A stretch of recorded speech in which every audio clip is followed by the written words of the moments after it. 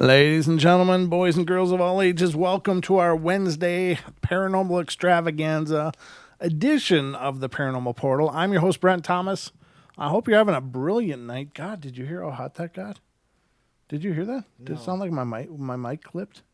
Okay. It kind of did in my own ears, but I'll have to be wary of that. I don't want to clip the hell out of my signal here. But welcome to the show, and hope you're having a great week. It's Hump Day's Eve. You're now past the midsection of your week, so you're working to the weekend. What could be wrong with that? But welcome to the show. Thank you for being here. And speaking of here, I'm not the only one here. I am joined by my good friend and co-host, Mr. Don Longbeard. Brent. Guess what? Don. Guess what? What? Hump day. What day is it? Hump day. Hump day. That's right. Nobody can pump that out like Mr. Longbeard. But it is Hump Day, so I guess things are on the upswing, ladies and gentlemen. Hope that everything's good. It's been a really busy time here for us, but a lot of cool things underway. Just want to remind everybody we are planning on doing a Paranormal Portal-thon on Halloween night here on the Paranormal Portal, and I don't know exactly what that's going to mean, but I know it's going to be a long show. It's going to be a long shot. long show is where I was going with that. Oh. Hey, Wes, good to see you, brother. Thanks for coming in, and hello up. to everybody. I see the crowd is forming, done. Yes, I'd like to see him hit that like button, though. Doop. Oh. Welcome to our world of frequent visits but fewer likes. No, it's always been really good. We generally do pretty close to the attendees to the likes, but I don't know. I don't want to force it down anyone's throat, but it would mean the world to us. Don does, however. He's good at forcing things down. No, I'm not. Oh, my goodness. I meant just in being persistent. I am very persistent, yes. That went a whole different direction than I meant it to. But anyway, we are fully prepared to entertain you for as long as possible for this 2-hour show. Hopefully all 2 hours of it you'll remain entertained and enjoying yourself. But if not, then, you get what you paid for. And so far, this is free. Remember to watch those commercials. Watch those commercials, absolutely. Yeah, and watch those ads. Buy something. Click them if you wouldn't mind. Yeah, click through. Click on those commercials. No, I'm just kidding. I'm not sure what the hell I was going to say just now. I'm thinking about 3 different things. One thing I wanted to say right off the top of the show is that I mentioned this on the couple of the bedtime stories as well, but this last week we recorded with Cade Moya from the Believe podcast. And I had a great show, great time, and I've had a really great reaction from a lot of the listeners of the Believe podcast. And I would just like to direct you, if you would, to go over and help support what Cade's doing on the Believe podcast. It was a lot of fun, great discussion, and it was a lot about me, which is, which is okay. I mean, I'm okay with that. I don't mind talking about the things I've experienced because, of course, all the time on the show, I'm asking you guys to do just that. What have you experienced? Come tell me about it. So, and it's kind of like what I did on Wes's show when I was a guest on the Sasquatch Chronicles as well. But it was a lot of fun to just go over a lot of these things. And I have to say, it was not only a great show, but I finally got a request that I've never had before, and I don't know for the life of me why it never occurred to me before. But somebody on one of the threads on the Believe podcast Facebook page said, hey, do you think we can, Cade, could you ask Brent if he would sketch what he saw? And in regards to the UFO that I had experienced, and for all this time I've been trying to explain it to people. I don't know why it never occurred to me. Hey, maybe I should just draw it. So I did draw it, and I thought I would share it with you guys here as well, because many of you, being part of the show, have heard my stories before. But I did sit down last night and sketch out a visual of what I saw, what it looked like that I experienced. And so I'm going to put it up on the screen for you guys to see. And, I think it was a reasonable facsimile of the events that happened. I felt that it was captured pretty well. But I want to put that on the screen to show you in case you have either watched that episode or listened to that episode or one of the other episodes where I've mentioned it, or if you intend to, that you'll have an idea of what it is that I saw. This is what I saw, ladies and gentlemen. This is the craft that I witnessed, and this is how it looked. Now, remember, I'm looking through night vision binoculars, so it's a little different field of view and all that. But in an essence, this is the UFO that I experienced in my sighting. The very first time I saw a UFO, and it was just incredibly surreal. To get the full details on that, you'll have to go to I don't want to repeat it again because I just talked about it on Cade's show. I've talked about it on Wes's show, and I've talked about it on this show before in a bedtime story called "Walking in My Footsteps" or something like that. So, this is what I saw. This is my best attempt to resketch this is the valley, and these are the pine trees, and there's mountains in the background, the dark sky, and above the tree was floating this. It's absolutely silent. And again, I was looking through night vision binoculars, and when I took them down, this didn't exist. I could see the rest of this, but this was no longer there. So this was only visible in the night vision infrared band. I couldn't see it with my normal eyes. Although I could see, the night wasn't so dark that everything was black. I could see all this other stuff going on. So that was what really blew my mind and made it absolutely incredible. So that's a depiction of what I witnessed, just for the record. I just thought I'd share that with you. And I wanted to thank Matt Borrell, who was the one who requested that I do this, because it never occurred to me in all this time. Maybe I should try to draw it just so people could understand. But there it is. Take it or leave it. Believe what you will, but that's my experience. So I was really pleased to be able to share that with a whole new audience. So thank you to all of you who have taken part in all of that, and I appreciate that support, and I know Cade does as well. It was a lot of fun. So again, check out the Believe podcast. It's out on iTunes and several other, Spotify, Pandora. It's everywhere as well. So check it out. It's a great show. He does a good job. But anyway, I just wanted to share that with you guys off the top of the show tonight. So Chatter Beastly Bronco says, I saw a UFO this morning. Really? Yeah. Wow. You should call in because our phone number is 720-923-0500. Give us a call. Let us know. It'd be great to hear that. That's pretty amazing. We'd love to hear it. If you don't mind sharing it, please feel free to call in. Again, 720-923-0500. And if during the course of the show you ever decide you want to call in, just look above my picture here on your screen. There's a phone number underneath the words Paranormal Portal. And the phone number is always on screen. So, yeah, it'd be great to hear from you guys. Any of you have things to share, it'd be fun to hear what you have to say.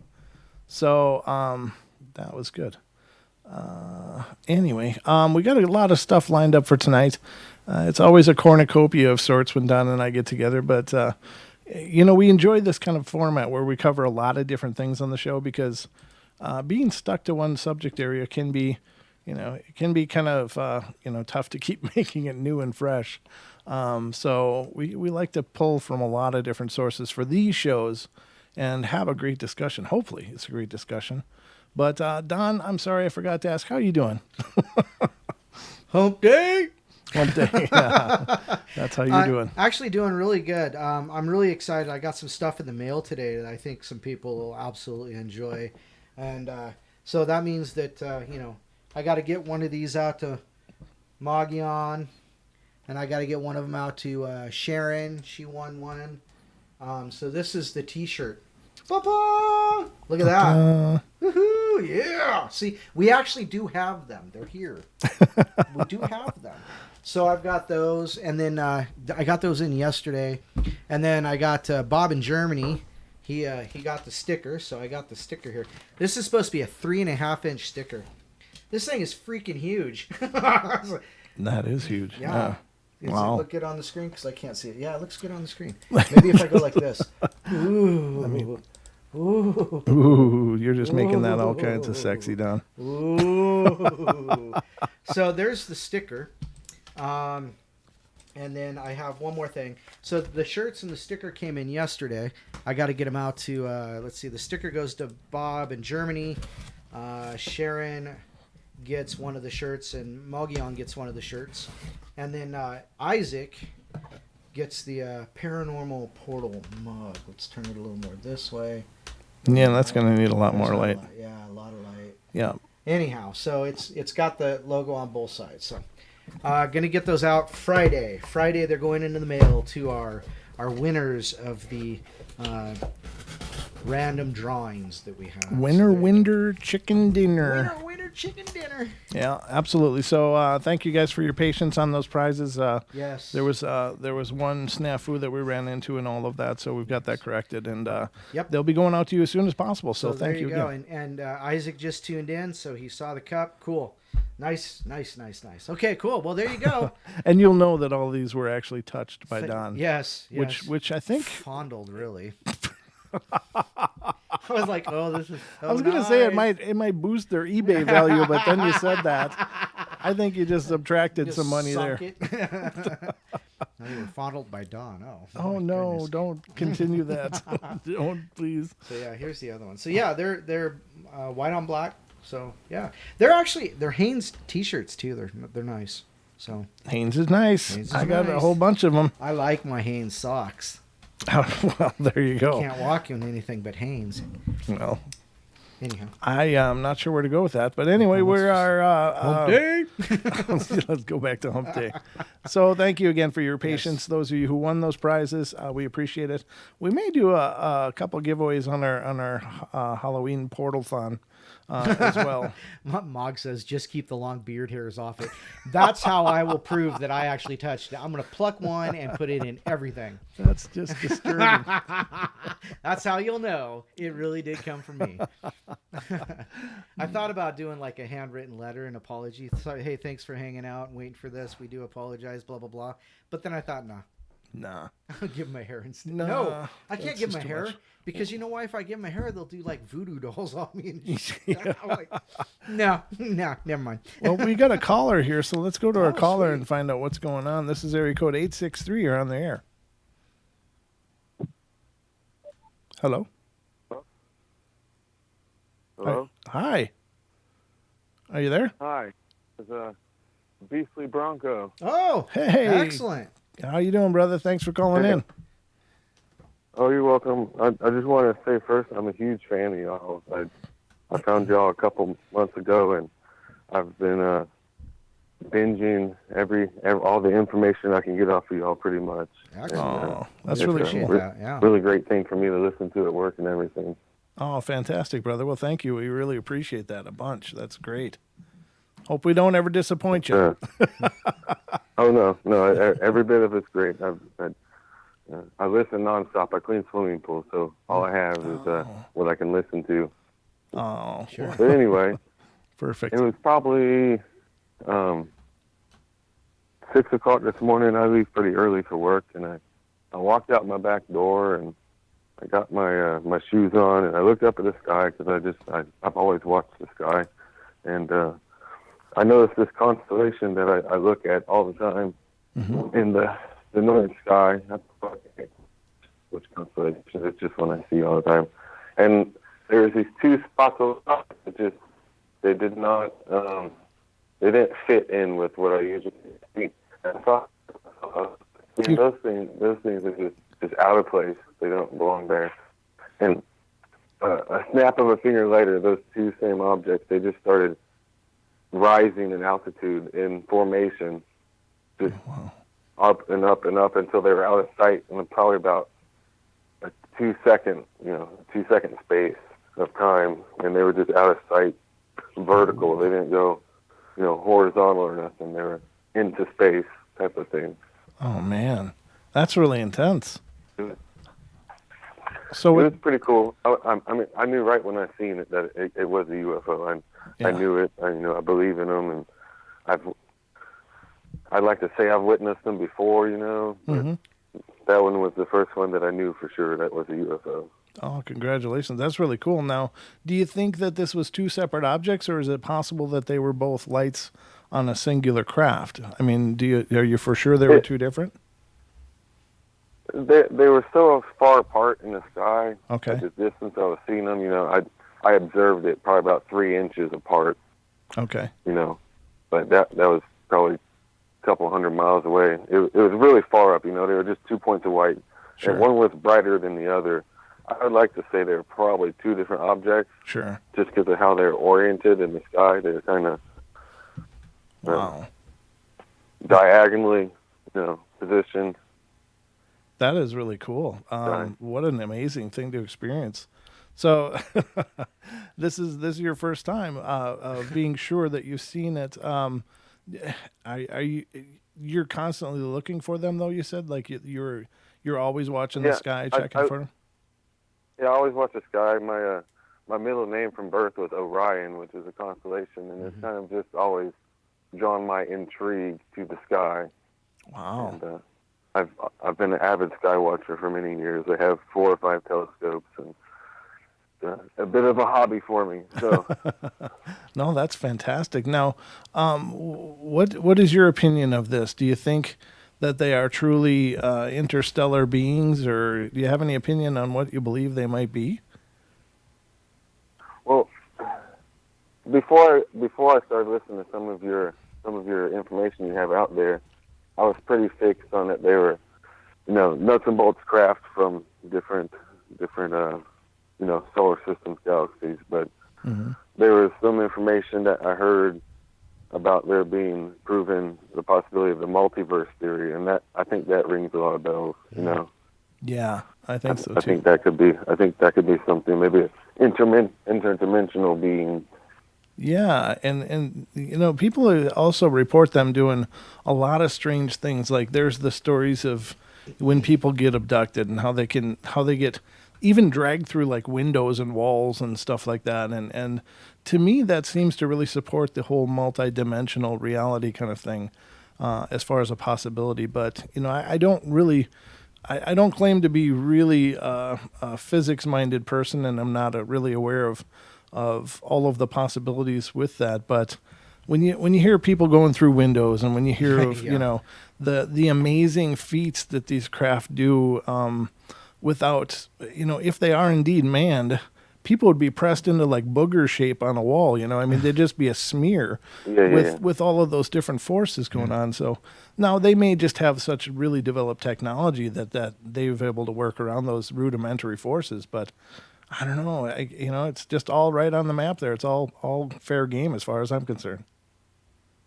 Yeah, I mean, nobody really knows, but I would be leaning towards interdimensional, because that just everything fits more. And if there's scientific proof of the possibility of the multiverse theory, then why not? That's a more of a clue than we have anywhere else in all reality. Yeah, absolutely. Well, that's really cool, brother, and I really appreciate you calling in and sharing that on the show. That's amazing. Yeah, I'm glad I was able to. It's the first live show I've been able to catch. Usually I catch them in the mornings. I listen to your show in the morning on the replay. Oh, sure. Yeah. Well, that's serendipity right there, brother. See, you had to catch this one because of your experience this morning. So I'm glad that you did, man. That's awesome. And I really, really appreciate all your support and kind words about the show. That really means the world to us here. We really, it always touches us pretty deeply when people talk about, oh, I just love your show. It's like, really? Wow, that's awesome. That's just awesome, yeah. So thank you so much. I listen to it. Yeah. Oh, you're welcome. I listen religiously. It's the only thing I've listened to in probably a couple months, other than a little bit of music here and there. So Right. Wow. Well, cool, brother. Well, if you want to hear more about my experience, you can certainly check out Cade's Believe podcast. It's the episode he released this week, and it goes through not only the UFO experiences, but a couple of my paranormal experiences as well. So it was a good time, and just some more insight on things that I've been through or have witnessed anyway. So Right, yeah. But yeah, man, brother, keep tuning in and keep us in touch. Yeah. Keep in touch with us if anything new comes up. yeah, I'm planning on writing y'all some emails. I have some paranormal stories to write for awesome. y'all for the podcast, and Excellent. I've been just trying to get the time and sit down and do it. But I got a handful of stuff I was going to write for y'all. So. Oh, Oh, that's brilliant. Well, possibly as well, we can always have you on as a guest for the podcast, and we can record whenever you want to. If you just want to share those stories in person, it's up to you.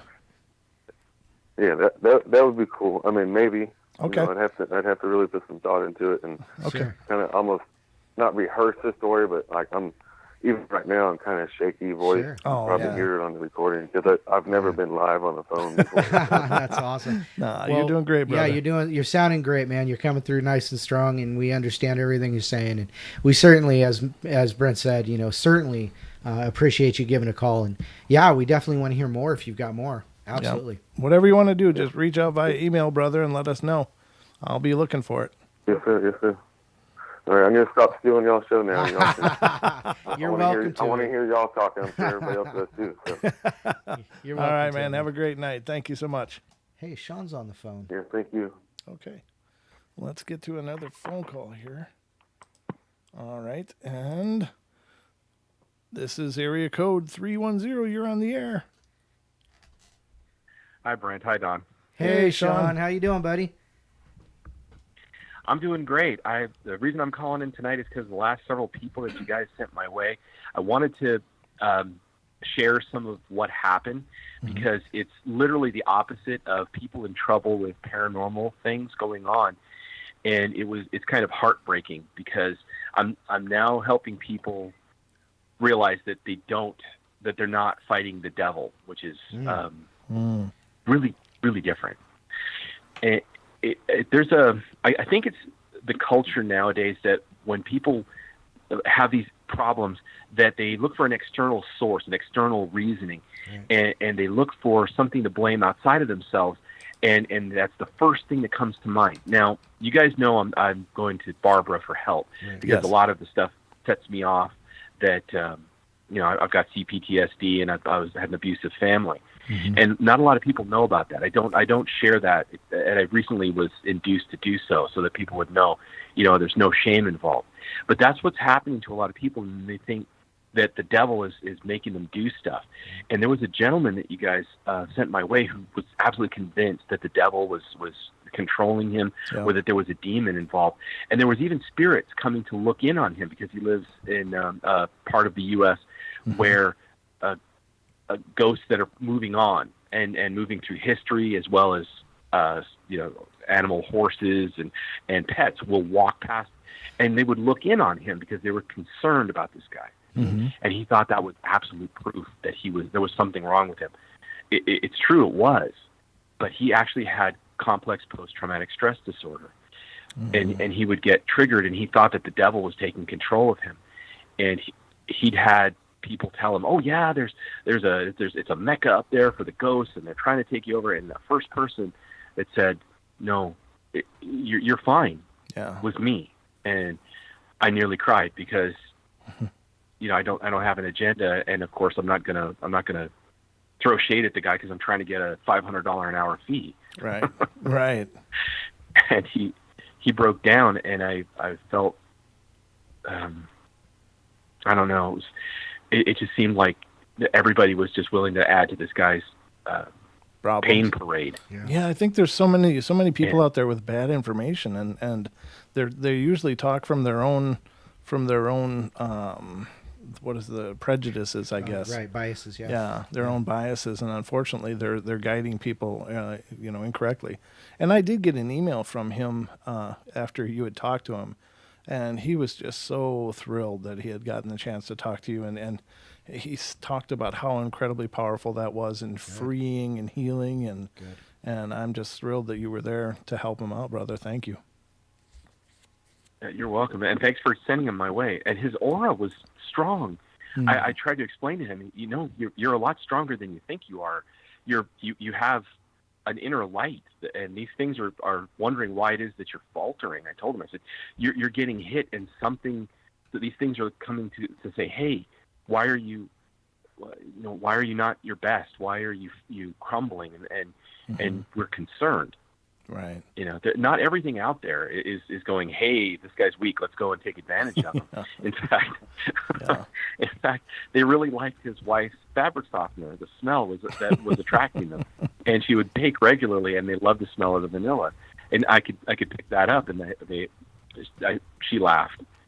And another gentleman that contacted me, he was classic. The devil made me do it, and wanting to know, and I had to pull in one of my colleagues, not Joel but Janice, because I wanted to make sure I wasn't crazy, because I sometimes look at people and I'm getting their aura and I'm sensing them, and I'm looking real hard to make sure I'm not missing something, right? Because I don't want to miss something and go, you're fine, and be like the guy who's the doctor who completely misses the cancer diagnosis, right? And calling Janice, and she looks him over, and we both come up to the same diagnosis, I guess you could say, that he's repressing, and he's hurt, he's hating himself, and thinking, that there's some kind of an influence making him do things that I guess apparently he was taught to not to not accept about himself. And I don't want to throw myself out there, but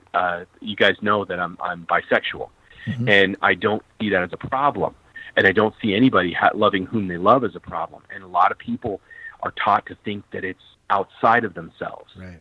Yeah. That it's something being forced on them, and they hate themselves for it, and they look for the devil in the details, and it's heartbreaking. Yeah. If it was just one or two people, I would have gone, this isn't worth calling and telling you guys about or putting it on the show.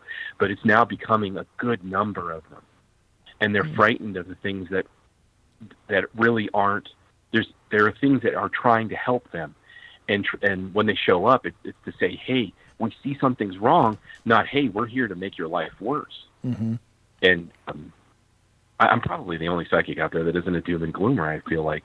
Well, aside from Deb and the other people that you have on your show, we don't lie about what these people want from you, and what the things on the other side want to do. They most of the time want to help. Right, which is awesome. I think your show is so different. Well, thank you, brother. Awesome. I got to tell you though, I think it's probably manifold, that problem, because if you look at the paranormal shows out there, and this one is just as well, most often we focus on the negative because it's sensational. Right. It's and I don't know if this is the right word for it, but it's usually more entertaining, and maybe it's even irresponsible to a degree that we don't cover the positive stuff as much. But I'll tell you, doing a show like this, it's hard as hell to find a whole lot of positive material to work with, because 99% of what's out there is negative, or at least is reported as negative. So, I think that we maybe do a disservice sometimes in these shows by focusing on the negative and making people cognizant of the negative, but we forget maybe sometimes to say, look, most of these spirits aren't bad. They're just trying to hang out. They're just trying to, be sometimes just acknowledged. Sometimes just they want to help. They want to live in harmony, and whatever the case is. So, and this as well as I do, that's kind of the focus of most of our shows is, to talk about the darkness. Right, but you guys don't focus on that solely, and you give the disclaimers as well. So, and of course, Deb doesn't always talk doom and gloom, nor does Dee or myself or most of us. Yeah. There's most of us are actually telling people, there's a light out there, and it's more predominant, and it's rare to come across the negative. And these people are unfortunately focusing on that, and I think it's not because of you; it's because of the general media. Or if you watch, anything on TV, Ghost Adventures, paranormal stuff, Paranormal Lockdown, you're going to focus on that because that's what you think, and that's all that stays in your consciousness. Right. Yeah. And it almost breaks my heart because I know what they really want to hear is, or at least some of them want to hear something's really wrong, and I can fix it for you. And a lot of the people that I do help, it's usually someone who was referred from a friend of a friend of a friend, and they were keeping it to themselves. And they're usually pushed into a corner, and I'm the one who ends up going into the corner and pushing everything back out so they can step away. But there's, as I said, more and more of these people. In the last several months, I've been swamped with them, about 6 of them, including people who just want to ask questions because they don't really believe. Nearly 1,000 questions from one gentleman who he's changing his stance on it, and doesn't think that it's real because he can't quantify it himself, and he's trying to find a scientific way to do so. And some of these shows will make the machines seem more reliable than us, even though we're tuned in considerably more. Sure, right. And that feels like that's doing a disservice to us too, because we've learned and honed our abilities so that we can give you the answers without having to rely on something that somebody just made recently and hasn't had a chance to fully field test. Right. No, I agree. And you've been doing some amazing stuff. I get a lot of feedback as well from the people you do help, and and just let me take this moment to thank you again for making yourself available to help those people that are struggling, because because most of us aren't tuned in, we don't know the nature of what's going on. We know that it startles us, we know that it's freaky, but we don't know what it means. And so it's great that you are a resource out there, helping people understand. And it's great when you can give that kind of message. It's like, oh my God, oh, good. Because nobody wants to be facing darkness. They just think they are because that's all they hear about. That's all they've been taught. Yeah. So I think that's really powerful, brother. But thank you. And in some cases, the environment that people work in is made that way so that people are very uncomfortable in it, and it can feel like they're being watched or oppressed all the time. Like one lady's job, she worked in a pharmaceutical facility, and I projected there, and I walk in, and immediately I'm getting pushed up like a soap bubble on top of water, and I'm like, I can't stay in this place. I'm holding on to furniture inside the building in order to be able to walk from one place to the other, because this place is so sterile. There's nothing living in there. So myself, I can't stay in place. And so it pushes every ounce of living energy away and makes it, uncomfortable for anybody who's even modestly sensitive. Sure. It'd be like living on the surface of the moon. Yeah. And they don't know that can cause that kind of a problem as well. And until I go there, I can't really tell you. And it just becomes one of those things where I learn as much as I'm actually teaching in most occasions, because almost every occasion there's something new to learn, something completely different, or a surprising twist. And I don't go in expecting I know everything. I go in with eyes wide open and a hope that I'm good enough to be able to solve the problem. Right. And well, thank you, brother, for that's all how I that approach everything. No, you've been amazing, and it means the world to us, and it really makes me very proud to be able to, say as a part of our caveat of a show that we have these wonderful people that are willing to step up and be there to help people that are going through something terrifying and frightening, and so it means the world to me that you're willing to do it, and you've done a lot of amazing things for a lot of really desperate people. So thank you so much for that. You're all welcome. Everybody's welcome to my services. It's 100% free. So just keep sending them to me, and I'll keep doing my best to make sure that I keep the boogeyman in the closet away from the kids, and make sure that everybody gets a good night's sleep, and nobody has to be afraid of things that they can't see. Amen, brother. And I highly recommend, if people have gone through this kind of trauma and they need help, to go to Barbara. Yeah. Because what she's done for me has been absolutely amazing. I went in with a completely zero expectations, and I can tell you now that it is an amazing difference, even after just 2 sessions. And I'm awesome. I think on the 5th or 6th one now, and I'm still looking forward to more of them. Good. And a lot of this garbage energy that gets put on you, not just by people, but by paranormal things, if you've been through this trauma, it leaves an energy trace, like a scar, and it makes a huge difference once that thing is lifted. Even for someone like myself who's gifted, it feels like somebody is slowly letting me stand up instead of being on my knees and carrying the weight of Atlas on my shoulders. Right. No, I agree. And I've heard wonderful things about people that Barb has been there helping as well. She's been really incredible and has reached out to a number of people who have needed her help. And I've gotten just great feedback from her as well. So we are just lucky to have all of you guys. So thank you so much, brother. And it's great to hear from you. Thank you for calling in. We're lucky to have you.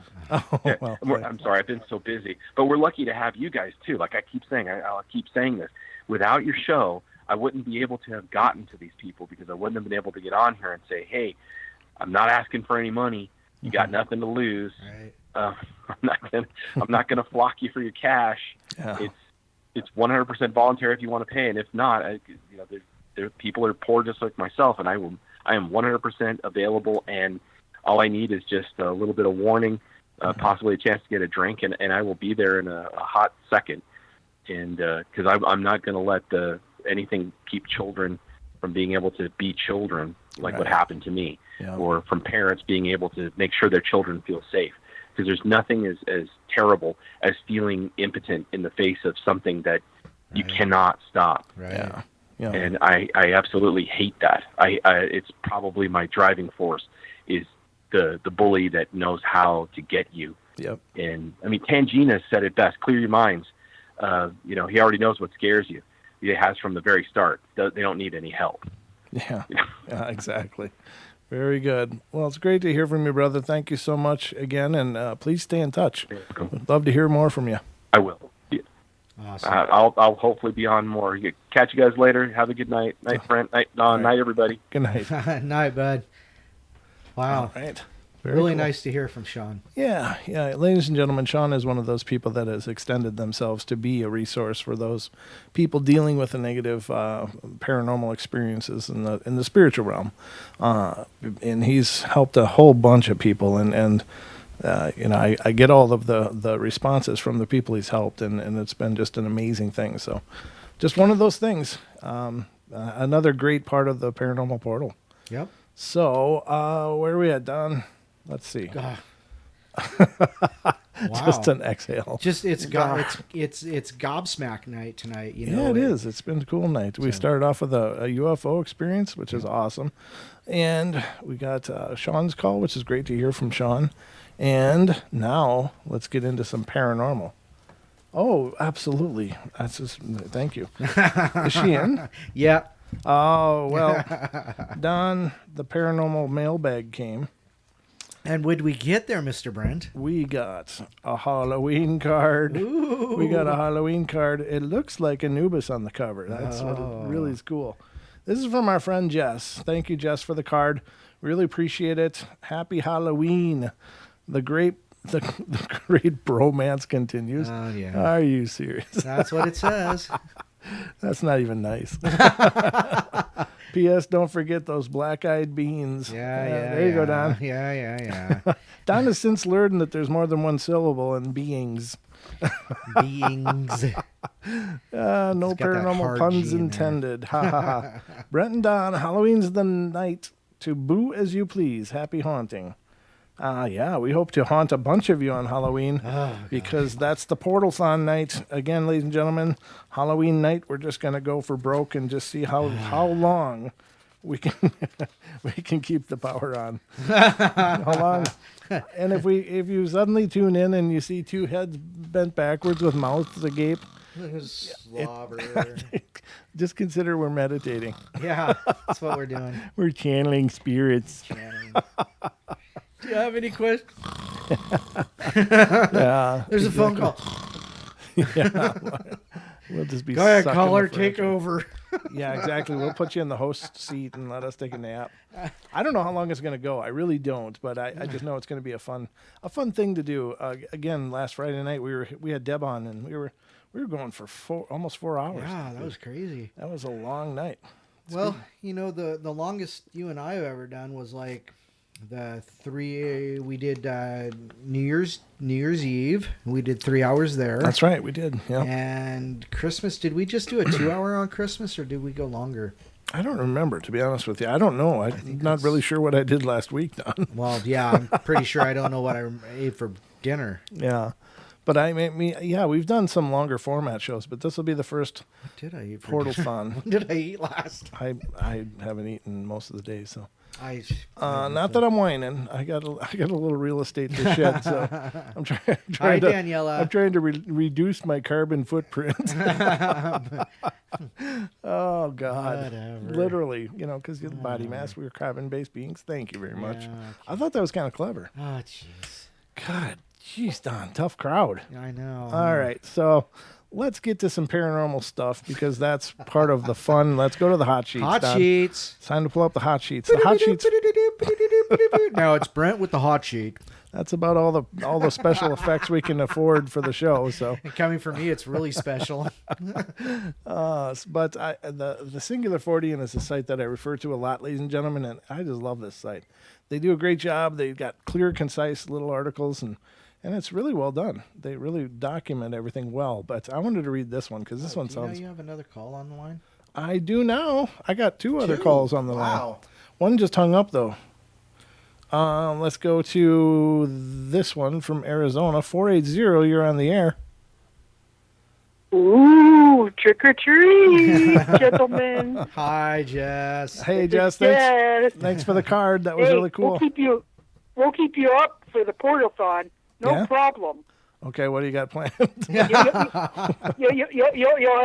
You'll probably have everybody calling in Oh, I hope at so. different God, that'd be times awesome. to keep you awake. That would be wonderful if we had a lot of call-ins. That'd be a good portal-thon. That's right. Actually, we could do a ask the host questions round down. What do you think? Well, As the host with the most. so this ask the host questions thing has to you have the decision to not answer the question though. You have the option. Option. That's Yeah. what I meant. Nah. Yeah, I mean, it's not like truth or dare. This isn't like spin Yeah, the bottle. really. No speedos Geez. here. No. Yeah, we got to keep it a family show here, guys. It's not that good. Not I'm going to glad be you that kind like of the show. card. Yeah. Yeah, it's I very saw sweet. that, and I thought of Anubis when I saw that card. Yeah. It did look like Anubis. As soon as I opened it, I was like, "Oh my God, that's a face I know." He's usually That was the intent. so. My cat loves to jump up about 50 times a Oh, day God, onto yes. the studio desk, and just make sure to leave a bunch of hair on my microphone so that the rest of the night I'm feeling like Scraping his face. I'm feeling like I got boogers hanging out or something. It's God like, dang it. yeah, I don't know what it is. That's a hairy situation there. Oh my. Oh, you are just on tonight, aren't you? So, yeah, so how you guys been? Pretty good. Yeah. we're good. Yeah, I think we're really good. I can only speak for myself. I'm good. Don, you? Moving on up. Jesus. Oh, All just right. like the Jeffersons. A long bearded version of the Jeffersons. Don can be wheezy. Oh my. But anyways, yeah, I was preparing you for Halloween. Well, you did a good Glad job. you liked the card. Excellent. Yeah. Yes. And when do you plan on if you're doing a portathon? Well, it's a Halloween Halloween. portal-thon. Why, Jess? Is it a We'll be doing it on many hours? Halloween. until we can't How keep many our eyes hours? open?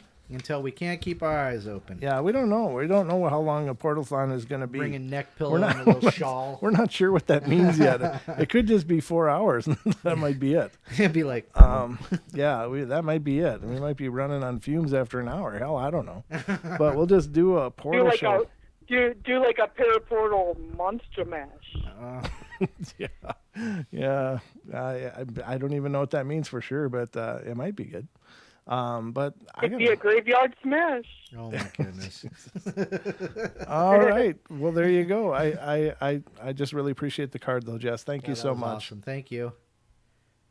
Oh yeah, I thought you guys could get a little more Halloween. Yeah, we there. gotta. Okay, well I'll talk to you later. I'll be in the chat. All right, right, Jess. Jess. Thank you. Bye. Thank you. All right. So it's been a good night for calls. I like this.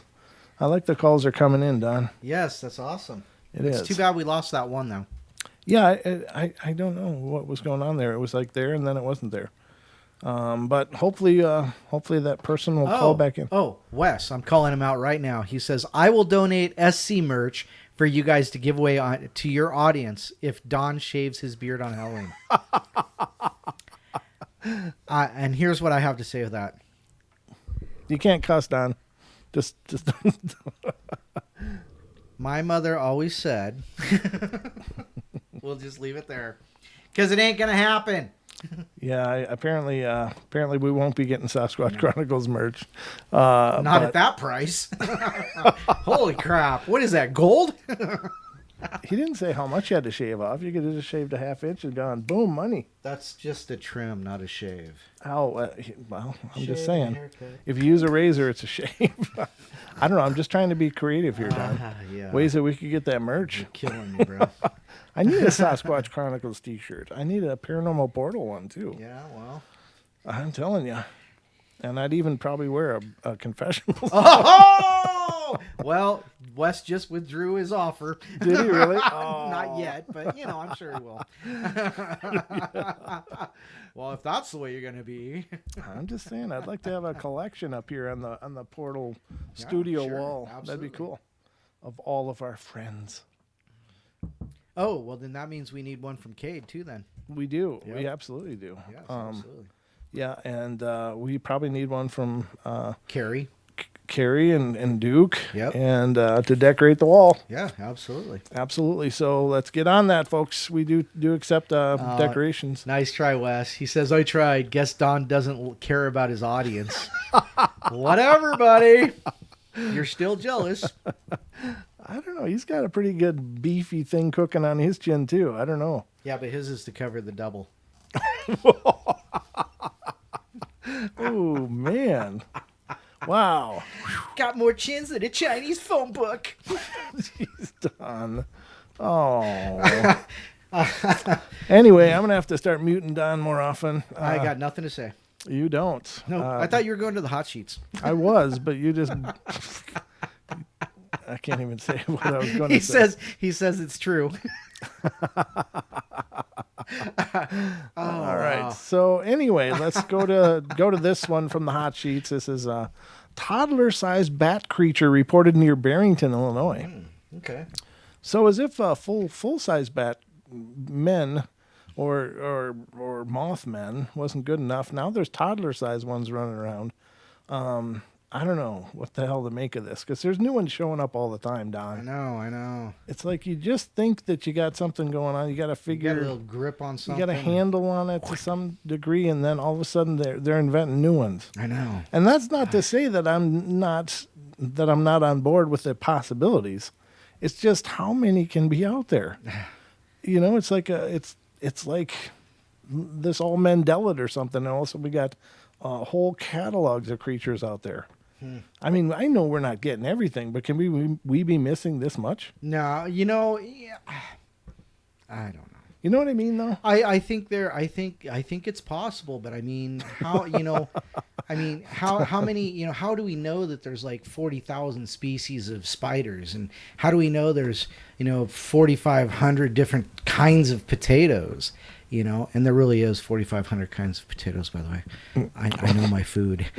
But I mean, there's got to be more out there. I wouldn't doubt it. As a matter of fact, they just found supposedly a giant bee that they thought was extinct. Yeah. And apparently this thing was like the size of your hand. And people are saying, oh, it's back. We found it. So if something went extinct, can it come back? Well, maybe it was never extinct to begin with. Take for instance in Australia the thylacine, the Aussie,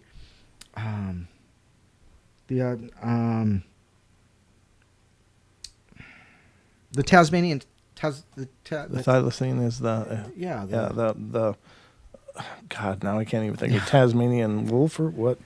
What am I trying to think of? Yeah. Why can't I remember it now? It's sucked out of my head, too. This is weird. Yeah, the Tasmanian tiger. Yeah, Tasmanian tiger, thank you. Yeah. So, but anyhow, the point is that they think they're finding these supposed extinct species, and so why can't there be some species that we've never cataloged or never been written, passed down anything than in oral tradition? Because look at Bigfoot. A lot of what we refer to when we talk about Bigfoot and Sasquatch is First Nation stories, and that was, that could have been lost to lore, so sure. You never know. Well, here's the other thing that might kind of cook your bacon. We'll get into this toddler bat in a second, but there was actually some research done that seems to suggest that there's this one kind of bird that used to live on this island. It's not a dodo, but it's kind of similar. It was kind of a flightless bird, and it was on this island and became extinct. I don't know if it was through people landing and killing them or what, how they became extinct, but they became extinct. And what they found was that this species was very closely related to some flighted birds. And what apparently was witnessed or is observed somehow, and I don't remember the specifics, but once this existing flightless bird was wiped out, then there was nothing there. And they're like, oh, another one's lost. There's another extinct species. Right. But what they found was some of the flighted birds came in and through generations became flightless themselves. So they are actually the same bird. Same species. They're just They are adapted. So this extinct species actually rekindled itself by some form of mutation by being on this island, so that it actually came back. So now I thought that was really, really wild. So again, with the thylacine, I think that's really interesting because even though people have been claiming they were extinct for a long time, there's been sightings of them for a long time too. Yeah. Farmers, ranchers, people in the areas are seeing these, and there's even some footage out there that I think is really compelling. I think so too. That would seem to suggest that they are still out there. And so I just tend to believe that maybe they just get a little smarter because when people are hunting things to extinction, I think that they just become maybe more elusive than ever. And so some are most likely surviving out there. I hope, at least. I hope. But anyway, let's get to our toddler bat. Oh, the toddler bat, yes. And apparently this was reported by Lon Strickler of Fandoms and Monsters. And he came across the following account on social media site Reddit last September. I'm so happy I stumbled onto this subreddit. This happened 2 days ago, and I'm still so confused. I was driving home from work on a bright sunny day. I was about a mile from my house, and I live in a wooded area in northern Illinois. About an hour outside of Chicago. This sounds really familiar, but anyway, I'll continue. As I was making my way down to the unoccupied street, this creature ran in front of my car, about 2 car lengths in front of my car, and it was definitely a bat creature of some sort. I could clearly make out the shape of the bat wings, but it wasn't flying. It was running like a gorilla. It would extend the wings out in front of itself and push itself forward, just like a gorilla does when it runs at full force. This thing was also so black that it looked almost flat. And it was huge. It was at least half the size of my dog, which is at 70 pounds, pit bull boxer mix. I tried to search for the giant bats in the area, and I found some sightings of giant bats flying over Chicago over the last 2 years. I've also found some references to the Mothman and the Jersey Devil, but I don't think this thing was as big as a man, and none of the stories I've read mention these giant bats running. However, I did learn that vampire bats are the only species of bats that run. And based on videos of vampire bats running, this creature moves in a very similar manner. So now I'm nervous about letting my dog out alone. Any theories are appreciated. Oh my gosh. What, Don? Oh, the whole vampire bat thing. Well, I don't think they're saying this is a vampire bat, but She's worried about letting her dog out. well, yeah, because it eats something. Something. Fruit bats eat fruit. Well, yeah, and it could be a big fruit toddler bat. I don't know. But it says, I contacted the witness through Reddit's message portal and then talked to her by telephone, Strickler said. Her description to me was that this being was jet black and the size of a human toddler.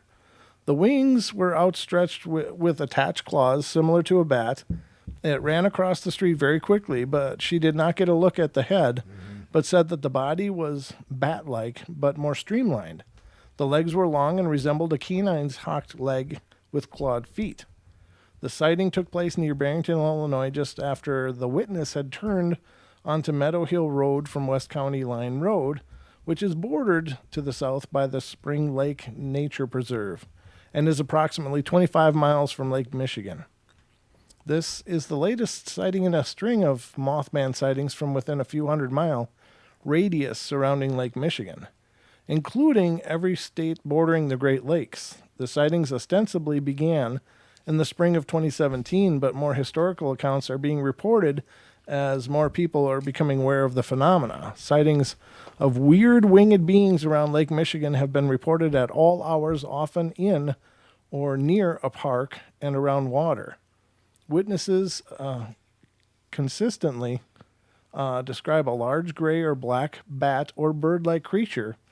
Although in a small number of cases, the creature was described as insect-like, sometimes with glowing or reflective red, yellow, or orange eyes, and humanoid features such as arms and legs that are often reported. Many of the sightings are also of something that's seen only briefly or are described as only as a flying creature with few details, which leaves open the possibility that a large avian being could explain some encounters.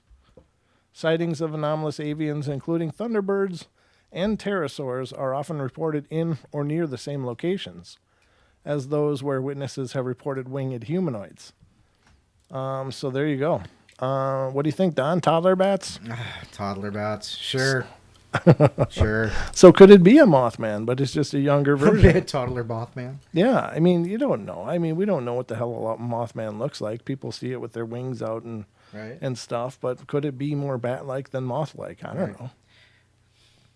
Could all of these be bat beings? Well, you know, but isn't there like a fox bat that's like huge? Yeah, but it's only the size of a small dog or Which a fox.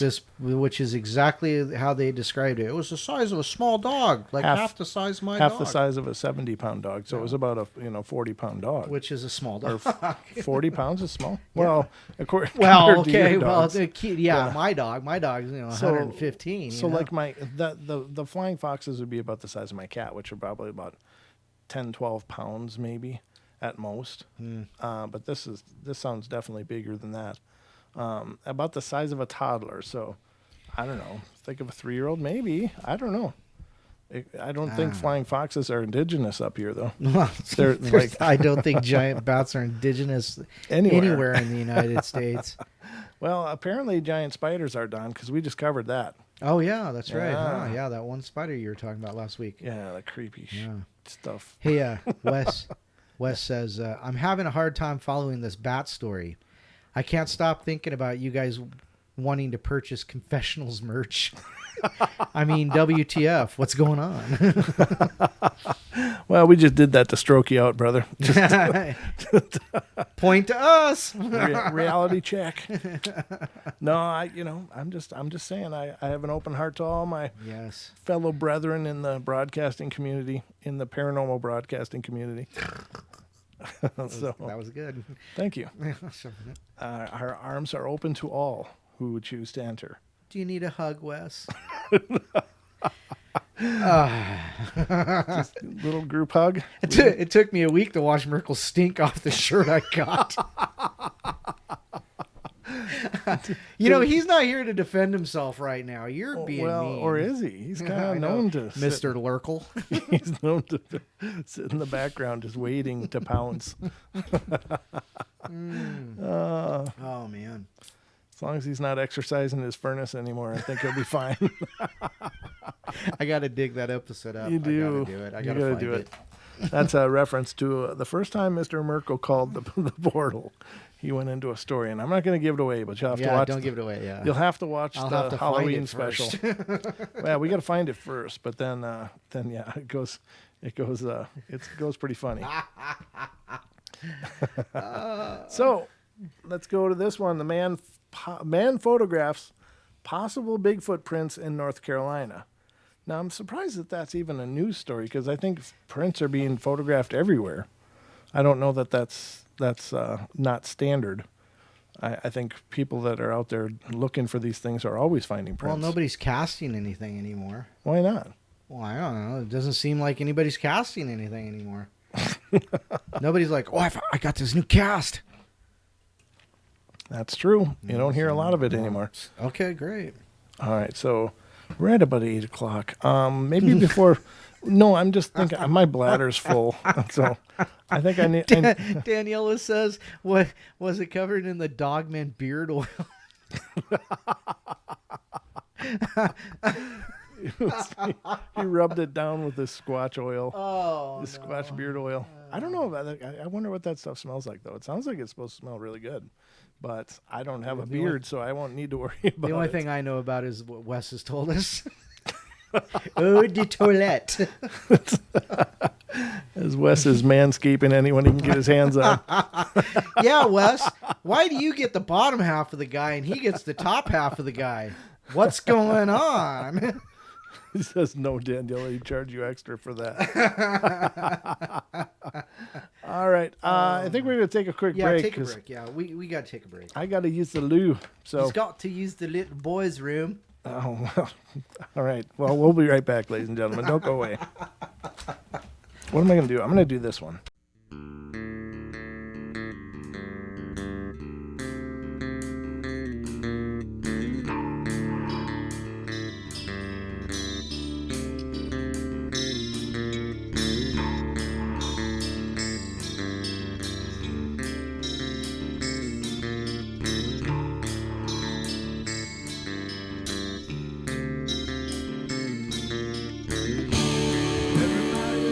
Play their games.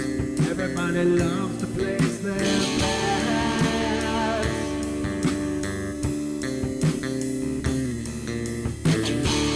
They don't understand the price I paid. They don't care to comprehend.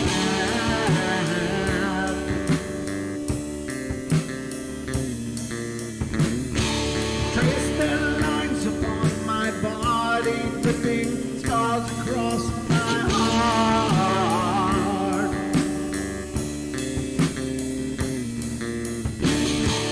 Raging anger boils inside me, and their lies keep falling apart.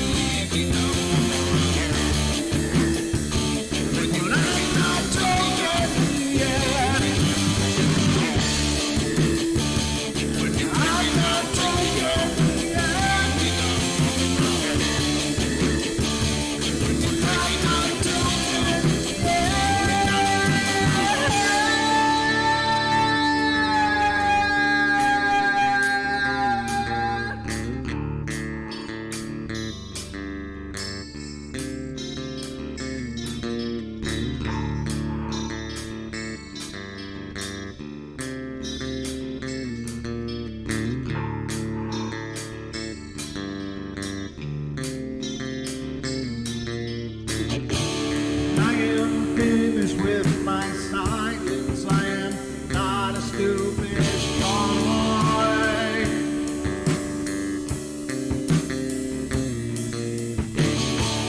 No more breaking me with kindness, just you dance upon my joy.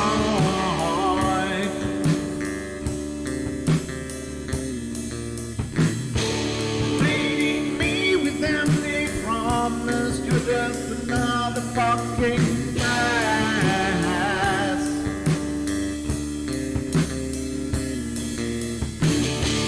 Taking off the slice of my sanity, just make sure that you're well fed.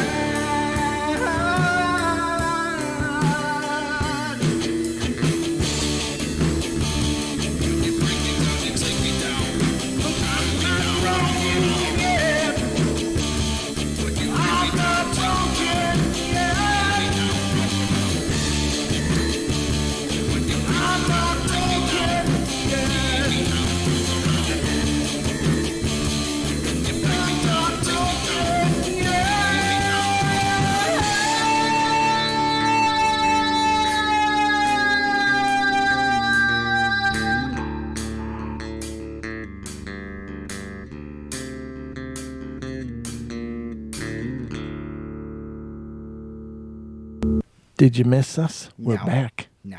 You didn't miss us, Don? I miss us. No. That sounds like I'm pining away for you. Let me just rephrase that. I missed all of you guys because I'm sorry, but my bladder was getting the better of me, and I had no choice but to take things into my own hands. Thank you. Oh my God. Just saying. Oh my God. Did you really go there? That's awesome. You get what you pay for, ladies and gentlemen, and the humor is for free. Danielle says TMI. I'm on the bus with her. Let's get out of here. Oh, Elaine says you were gone. Oh man. Oh, yeah.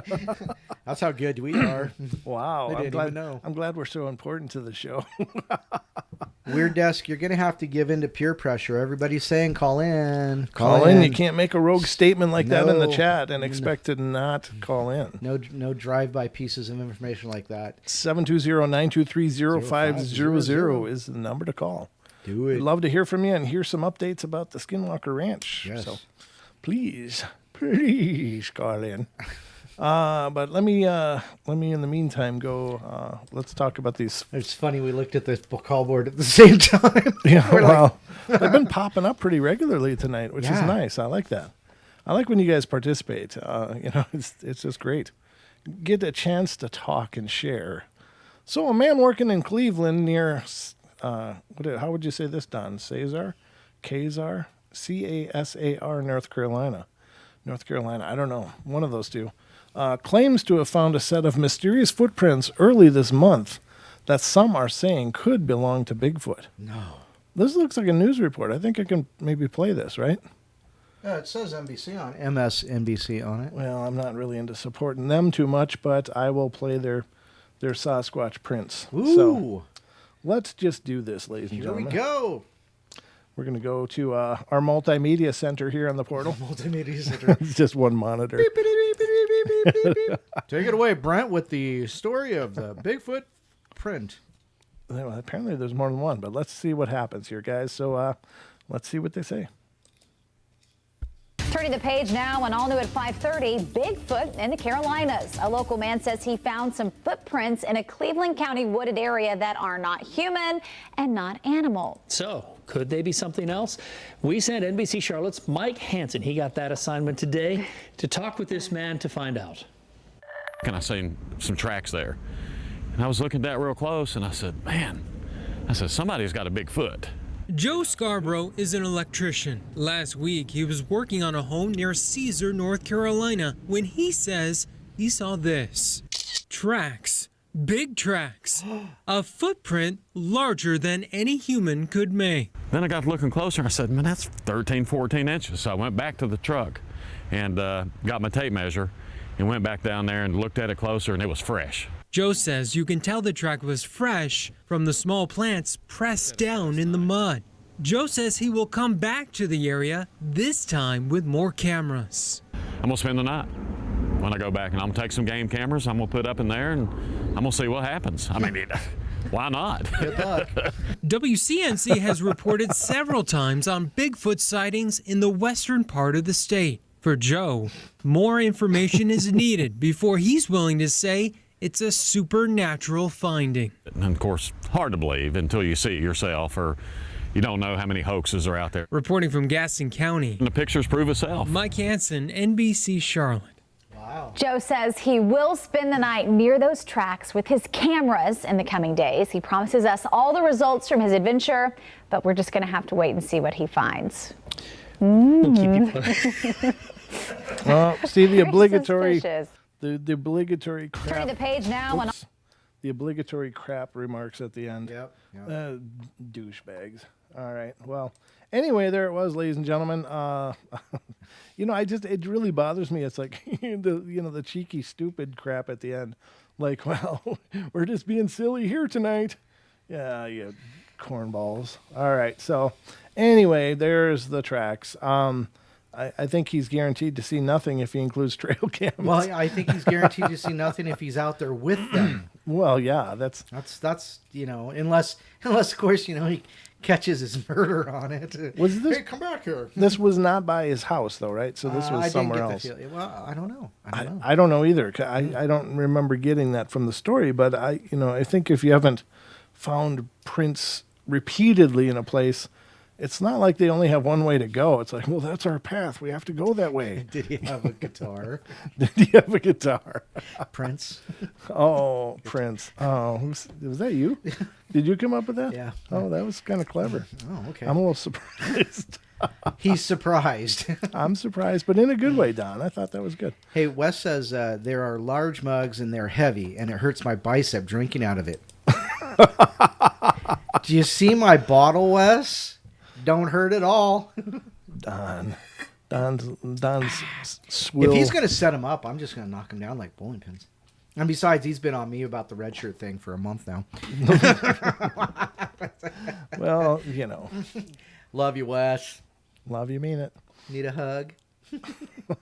All right. So anyhow, Brenda, what you got next? Oh, you are just...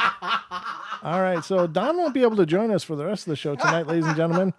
But I will install a puppet into that chair for next show, which will have about just as much value and input. All right. Oh, no. There you go, ladies and gentlemen. It is the portal. All right, so I don't know if I need to cover anything more about that. I mean, the guy saw tracks, and he's planning on camping out with some trail cameras. And read through there real quick. Does he say he saw it on it where he saw it, other than in Cleveland? Just says a set of mysterious footprints earlier this month that some are saying could belong to Bigfoot. I seen some tracks there. Electrician Joe Scarborough, isn't he the idiot that's on that TV show though too? That same name. That's Morning Joe or whatever. Yeah. Anyway, told WCNC News, and I was looking down real close, and I saw it, and I said, "Man, someone's got a Bigfoot." And then I got to looking closer and said, "Man, that's 13, 14 inches." I think this is the exact news report. Exactly what he said. They just narrated it, I guess, for us, so we don't need to reread it. That was the whole thing, but very interesting. Oh yeah, I forgot about that Rachel's Eyes things. We're gonna have to get Wes on about that. Yeah, Wes, because he's the one that brought it up. Who brought it up now? Smoking Joe. He says, "When do we get the roundtable show about Rachel's Eyes?" So I still have to. Hey Wes, what are you guys doing this weekend? Oh, what are you doing on Saturday night? What are you doing? What are you doing there, big fella? Hey, come get hugs. Have Tony bring the beard oil, and those two can play. We'll film that. We'll put it on pay-per-view. Oh no! But anyway, replace Don with the skeleton. People are not nice to Don. I could put a beard on that thing. Oh God! He says he's drinking this weekend. He is. Oh well. Actually, he says he's drinkong. He's drinkong. And then he qualified it. Oh, drinking. Oh, okay, gotcha. Well, I guess we'll just have to figure out when that can work. I don't know, ladies and gentlemen. We don't know currently when that episode will happen, but hopefully it will. Hopefully it will. All right, so that was it for the hot sheets. That was the two stories on the top of the hot sheet. Those were great stories. Yeah, I thought they were pretty good. Let me see. What else was I going to do here? There was something else I wanted to go over. Oh, I think this is it. So these are kind of, well, they're sold as glitches in the Matrix stories, but I don't think they all are. I think they're just odd weirdness. Perhaps it is glitches in the Matrix, but let's read a few of these because I find these incredibly interesting, and they're not extraordinarily heavy and dark. They're just kind of fun stories. As a 15-year-old, someone remembers having a dream that was all blackness and talking. In the dream, she could hear her mother saying comforting things like, "You're doing great," and it's gone. She didn't think anything of it. But a few months later, her earrings were embedded inside of her earlobes, and she had to go to the hospital to have them removed. They applied some type of freeze spray, but it accidentally went into her ear, touching her eardrum. Well, she was knocked out, but she could still hear, and her mother was saying the exact same comforting things to her that she'd heard in the dream a few months earlier. See, premonition. Is it a premonition? Is it a time anomaly? Is that the same thing? I don't know. That's the kind of thing that kind of weirds me out a little bit, because when you think about that, is that much stuff like committed to this is the way it's going to be? You know what I mean? Yeah. I like to think of the future being like a fluid thing that we can, change and manipulate, but it's like, and that brings up sorry. Go ahead. Well, it brings up something that Sean brought up during his phone call, and he was talking about, why people believe that there's something wrong with them when things are going wrong, like may happen, and people just automatically thinking it's a demon or the devil making them do things. And in this case as well, it's just something, it's you brought up what rung this bell. But anyhow, the point is that you taught it's got to do with it has to do with Christian dogma, because sure, I mean, you like to think that's what it was. You like to think that the future is fluid, but if you follow along with the Christian dogmas, fate's already been decided for you. You're going to live your life like this, and this is what's going to happen because this is what God designed your life to be. Sure, that's a possibility, and maybe it is. But anyhow. Maybe this is all just a well choreographed play. I don't know, but it doesn't. I don't like the idea that everything's just there are some things that are just predisposed, right. or predestined to be. So, okay. So let me. All right. So this one I thought was really good.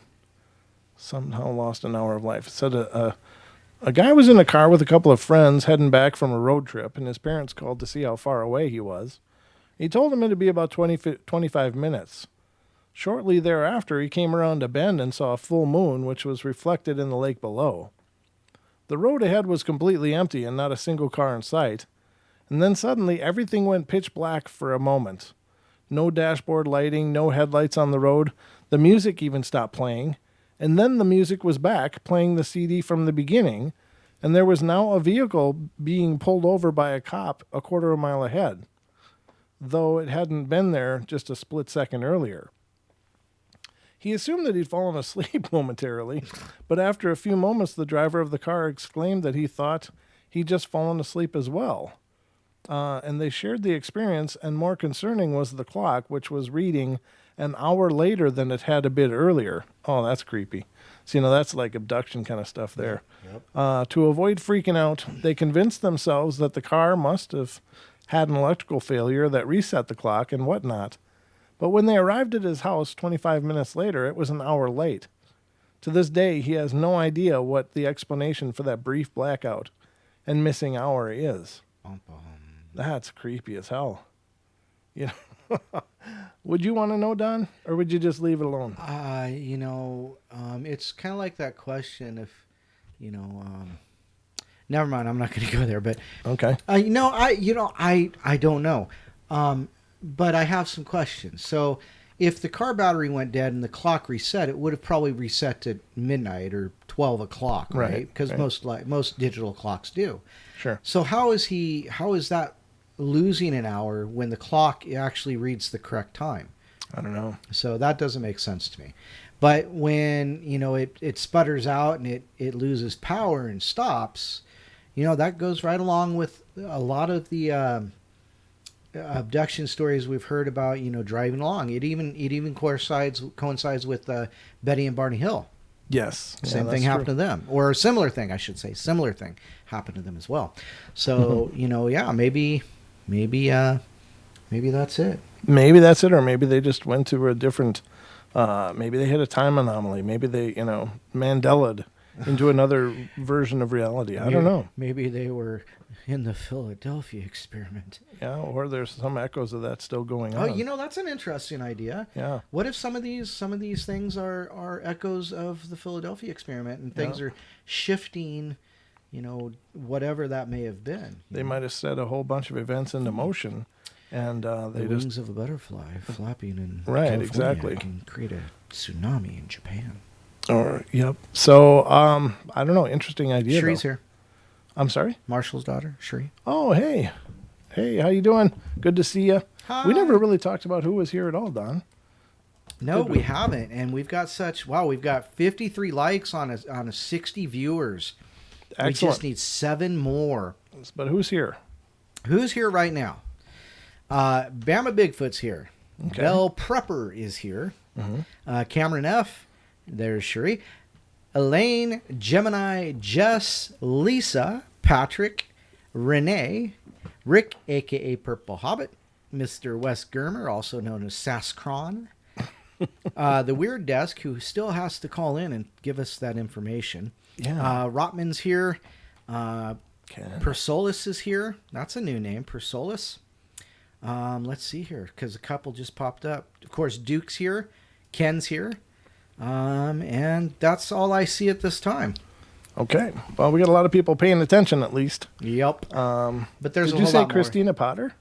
No. Yep, she's in the chat. That wasn't in my on my thing, but right. Smoking Joe. Did you see Smoking Joe's here? Yeah. Yep. Who else? Mog's here. Yep. Tesla Tech's here. Persalis. Real Dill. Persalis. Dilly. I don't know how to pronounce that. Persalis. Yeah, that's the way I did. Okay. So yeah, there's a couple that didn't, and Lewis is here. Yeah, there's many that. Well, thank you all for being here. You guys are great. Really wonderful. But yeah, Weird Desk. We'd love to hear that call in if you would, please. I'd love to. I just want to know what's going on with that. That's 92305. I would love to hear any updates. Yeah.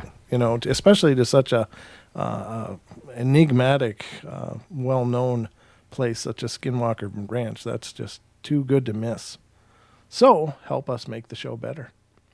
Yes. All right, so let's go to another one. So this one has to do with a guy apparently suddenly having a second life or something. Let's see what this says. A man recalls working as a vendor in a fish market. One morning he woke up, got dressed, got tea, went to the docks, bought some fish, and did his entire routine before selling fish all day. He spoke with friends, smoked cigarettes, counted his money, paid his stall rent, went home, ate dinner, relaxed, and went to bed. The next morning, he woke up ready to go back to the docks for fresh fish. Only things were different. He was in bed next to his wife, and it was a Saturday, so he didn't have to work, and it was all a dream. He's a married man who has never worked in a fish market, yet somehow he experienced life as a single fish vendor in an entirely different life with no idea how it happened. That is really crazy, huh? Could you imagine? Having a whole different lifetime just for a moment, and recollections and patterns, and then boom, you're all of a sudden back in your own. And how disorienting that would be. How disappointing it could be. Well, I don't know if I'd be looking forward. Damn, I'm still married. Damn it. No, Don. Forever. It's the chains that bind. Oh, well, I missed a couple people. Okay. And of course, the number one I missed was Cha-Cha. Of course. And MCAT, of course. MCAT's not as, and Danielle is still here. She's just, and that's exactly what she said. I'm still here. I'm just, okay, It's cool. not my fault. It was Don's job. Yes. It's his fault. It's, I just want to, just the disclaimer here. It's Don's job. He didn't do it as well. All right. So this one is... yes, Lisa. Nothing to see here. Move along. The orange doll that refused to go away. Oh. Some person recalls their dad having a little toy monkey that he used to teasingly say was his favorite child. It was an ongoing joke, and this person and their siblings would always try to steal the monkey, playing into it. And one day they got a hold of the monkey and drew all over it with a Sharpie and then threw it in the garbage, and they laughed when their dad searched for it, but he gave up when he figured they'd thrown it out. A few years later, now 17 years old, this person was walking down the street in Toronto when they saw an orange object on the side of the road. They walk up to it, and it was the exact same toy monkey, black Sharpie lines and all. This person is still stunned, unable to figure out how this is possible when their garbage is sent to a local dump that's nowhere near Toronto. It was all the way up in Toronto. That's a haunted monkey, I think. If it manifested somewhere that far away, that's really creepy. Maybe they didn't throw it in the garbage. Maybe they threw it in a portal. Yeah. Wow. It's easy to mix those up. Yeah. All right. So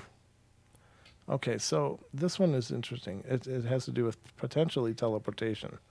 There was a man who was waiting to catch a train when a woman with glazed eyes asked him for money. She said that her brother was in the hospital and she wanted to buy him some flowers. Despite thinking that she might be a drug addict, he grudgingly gave her $5, certain that it would be wasted on her habit. Eventually, his train pulls up and he gets on. As it's pulling away, he sees the woman through the glass asking other people for money to fund her roses. His train arrived at the station 15 minutes later. He walked to his bus stop, and right on time, the bus was arriving. He hopped on and read the paper for about 5 to 10 minutes, and then the bus made a routine stop. The doors opened, and can you guess who walked on? None other than the woman from earlier with a dozen roses in her hand. She looked him right in the eye as she passed to take a seat. Whoa. He was stunned, unsure how it was possible that she had time to get flowers and arrive there when he caught the train before her and saw her as he pulled away, then caught the first and only bus going that particular direction. The mystery went unsolved with no explanation. Interesting. So that's creepy. She looked him right in the eye. She looked him right in the eye. I know what you did. Yeah, thanks for the $5. Now that would have been brilliant if she would have said something like that. Thanks for that money, by the way. But no, these are just little quick snippets, and I know we've covered that one before on the show. I don't remember it. No, that doesn't surprise me, but I think because it was one that I read. Because, Don, your memory is so good. No, it's not that. It's just that See, you are usually busy with the chats. Notice I and didn't stuff. say, Don, your memory's that bad. I said it's that good, and you said, no, it's not that. No, I mean, because obviously it was tongue in cheek. But anyway. Okay, this is really weird. This reminds me of a story. I have this friend who okay, well, read the story. The friend that can't cook and says they can't cook. And to prove that, they told me the story of the time they decided they were going to make hard-boiled eggs. And so they grabbed some eggs out of the refrigerator, and it turns out they were already hard-boiled. So they were like twice-boiled eggs. I guess they were just nasty and like bouncy and stuff. You know what I did the other day? Well, this is about a month ago. Is I went and put some eggs into boil, and like, what was I doing? I don't remember. I think I was editing a podcast or something, and I was like, what's that smell? And I'm like, oh crap! I run back upstairs. Oh, no. And the water is almost dry. The calcium's burned on, and there's my eggs just kind of going. Your eggs are just screaming. Oh my god! I pull it. I crack them open. Did you know that eggs, when you boil them, it boils out a poisonous gas? I did not know that. I know that when you open them, it smells like somebody's underwear. That's why there's sometimes when you boil eggs. Not that I'm a pro at underwear or anything, but I'm just saying they smell pretty horrible. Anyhow, so when you pull your eggs out and there's that green ring around your yolk, that's actually the inert gas that was boiled out of your egg. Oh, really? Yeah, it's safe to eat at that point, but yeah, it's the gas that creates the rotten egg smell that can kill you. It can't kill you, but anyhow, the point is it can. Yeah, it can kill you. Yeah, a rotten egg can kill you. Or what do you mean? What are you saying? Well, the gas in there? Yeah, if you were able to take and like bottle it, you could like poison somebody with it. Oh, but I don't know how you can do that because it turns it from turns it into an inert gas that's harmless at that point. Okay, gotcha. I trust me. I looked it up. I believe you. It's just something I've never heard. When you boil eggs for an hour and a half, other than you can burn down your damn house. Did you end up eating those eggs? No, no? You didn't even try? Hell no. Really? Oh. God, no. I would have tried it. I took them outside and threw them at the cedar trees. Fly, be free. It's not too late, kids. Get away. Winner winning, no chicken dinner. Yeah, no kidding. Wow. That's crazy. No, I wasn't brave enough to eat them. I don't think it would hurt anything. They'd just probably be really, maybe hard. I would have given it a whirl. Sure. I would have given it a whirl. So, sure. Okay. But the reason I brought up the eggs was the man described an occasion in which he went to grab breakfast at a small buffet his work had every morning. The kitchen was deserted as he went to a ceramic egg tray that contained 12 warm, fresh boiled eggs. He took one and went to a nearby garage bin to peel off the shell. Garbage. garbage bin. Okay, nearby garbage bin, sorry. To peel off the shell, and then he turned around stunned. There were 12 eggs in the tray again. Nobody had entered the room while he was peeling, and yet this quantum egg had inexplicably reappeared. The quantum egg. That's awesome. Peelings. Yeah. Oh, no. Nothing more than... I was struggling to get to the mute. This is not Don's karaoke. We want to retain audience here, Don. So he says he grabbed one and he turned back around and there was another one there. As he was peeling it, he turned around and that tray was full. Wow. That's a quantum egg. Quantum egg. It's funny. Okay, so this one sounds pretty good. It says the guy had 2 intense dreams in the same night. The first was about one of his online friends calling him to discuss her breakup, in which he sang some lines from Don't Cry by Seal to her. His second dream was about finding one of his real-life friends dead floating in the bathtub. Oh. Jeez. The next evening, he logged online and went to online friend messaged him saying that she and her boyfriend had broke up. He immediately wondered if this meant something. Then he got a call from his real-life friend, and though they spoke on a regular basis, he was freaked out. They chatted about school and whatnot, and then he heard a splash in the background and asked if she was in the bathtub, and when she said yes, he was stunned, and he asked her, "What did you do?" And she hesitated before revealing that she'd taken pills, eaten mushrooms, and drank vodka. She'd gotten scared, waiting for it to hit her, so she'd called him for the comfort of hearing someone's voice. He called 911 on her behalf, and when help arrived, she was unconscious but alive. According to the man, she's doing great today. Wow, what a good ending. That's really cool. That's really cool. Now, this one sounds really bizarre. Okay, so every morning on his way to work, a man would pass through a shopping mall, and on one of the benches, he saw an elderly man who appeared to be waiting for someone. He was a fairly normal-looking guy, though he sometimes wore a piece of attire that wasn't particularly stylish, like a golfer's cap or logger boots or a vest. Every morning for 4 years, he'd see this man, but he never actually witnessed him meeting anyone. Then he got up a new job located on a completely different part of town. Only a few days into working, he'd walk out of the subway, and to his surprise, he saw the exact same guy sitting on a bench there. Wow. Now, see, that's got to be about him then. Right. You know? I mean, I'd be like poking the guy. Are you real? Are you there? Yeah. Are you really there? Is this real? But then you got to wonder what the hell, why either he's following you and being really creepy, or that has some really important meaning. I would definitely be talking to the guy, though. And, you know, there's a longer story of this. Let me see if I can pull it up and see if it has more information, because that sounds really wild. No, it's the same. No,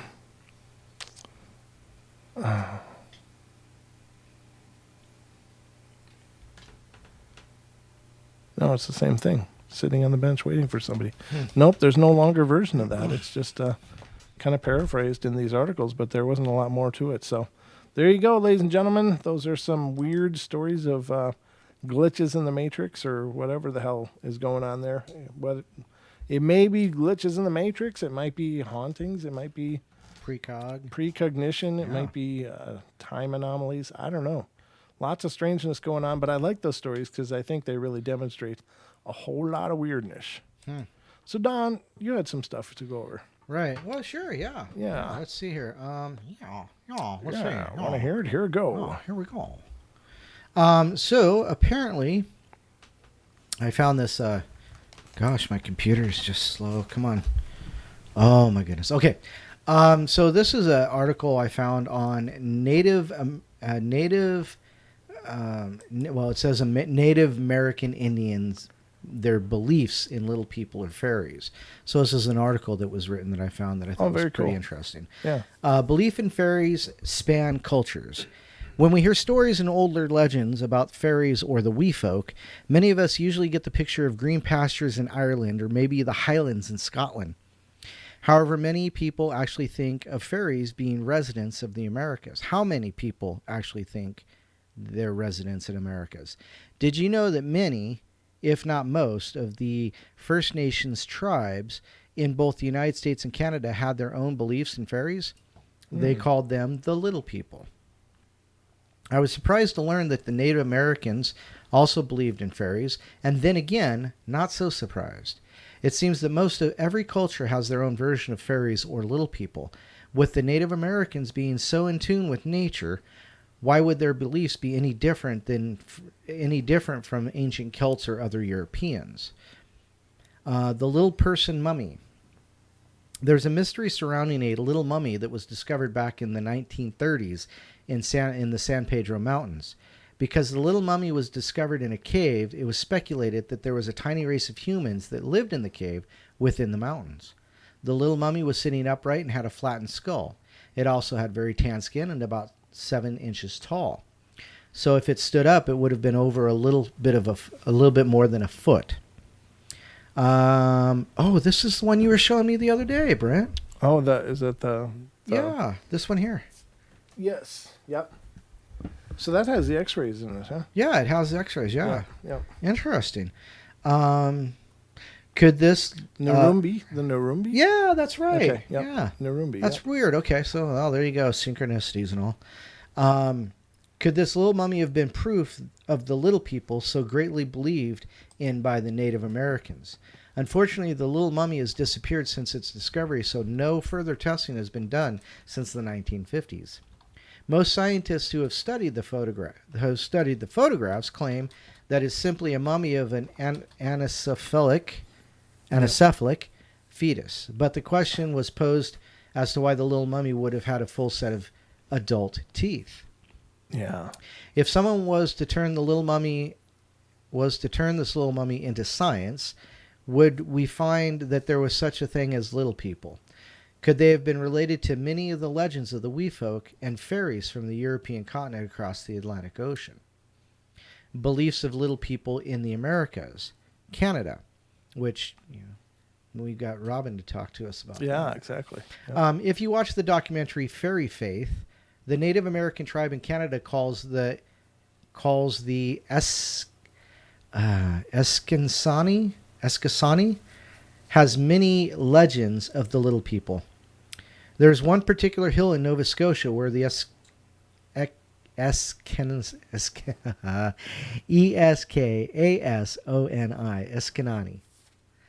claim that the little people have lived for centuries. Many of the townsfolk warn the children against going into the mountains for fear that the little people will take them away. Remarkable stories of these tiny people coming into contact or encountering these other little people can be seen in the film, and that was the film The Fairy Faith. In the United States, I should be able to say this, Shoshone tribe in the United States have their own name for the legendary little people, and this is the Nimigar, but it was Narumbi. So there's apparently two different names for them. Probably different tribes have different names for them. Okay. We're a race of little people who lived in the Rocky Mountains, specifically in the Pedro Mountains, and were also thought to live near the Wind River. The Shoshone believed that these little people were actually quite protective of their homes and would use bows and arrows as weapons.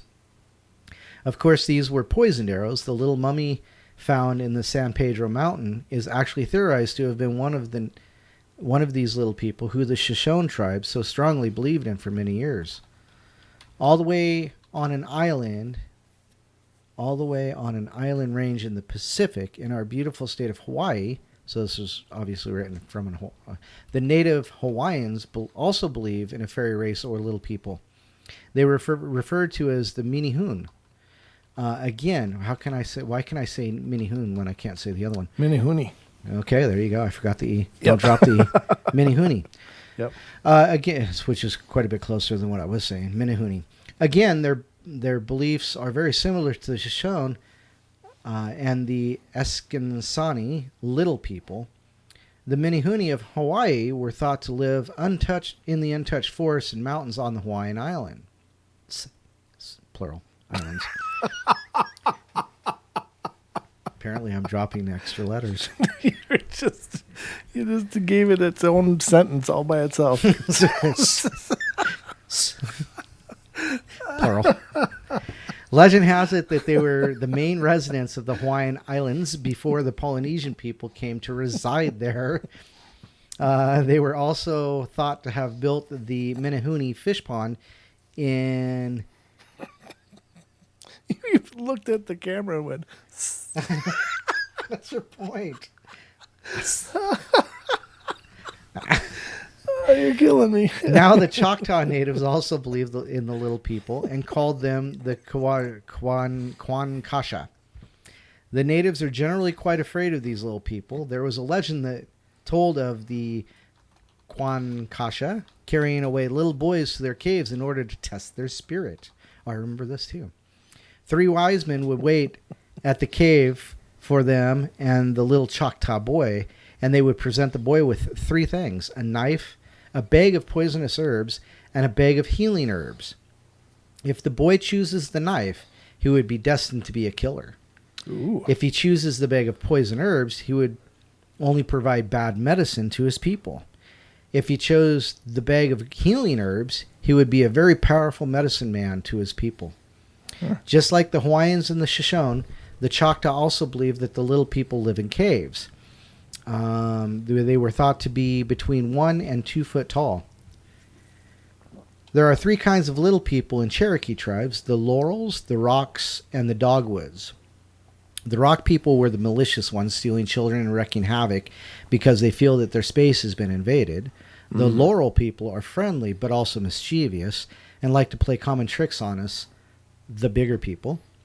They say that the Laurel people will tangle you in fish line with a stick and make you think it's a huge fish until you reel it in and see it's only a tiny stick. They want to make you laugh and keep you young at heart, just as they are.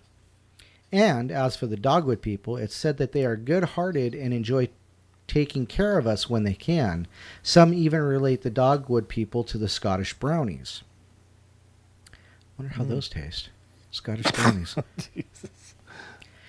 The Crow believe in little people they called the Narumbi. They were thought to have lived in the Pryor Mountains. This is what we were talking about exactly. Yep. And they may have been given visions to Plenikoos. That's right. The early 20th century Crow chief. According to some Crow natives, due to a vision that the little people gave the Crow chief Plenikoos, the little people were credited with keeping the Crow people safe and together. It is said by some members of the Crow that, even to this day, if they pass through the Pryor Gap, they will leave offerings to the little people in remembrance of their aid to the Crow Nation. There are many more legends of little people told by dozens of Native American tribes. Many of them are very intriguing and include stories of how little people came to the natives' aids in the time of great need. Most of the time, the little people were feared as they were unpredictable and mysterious to the Native Americans. In most of the legends, if not all, these little people looked similar and acted in similar ways. I'm going to skip the opinion.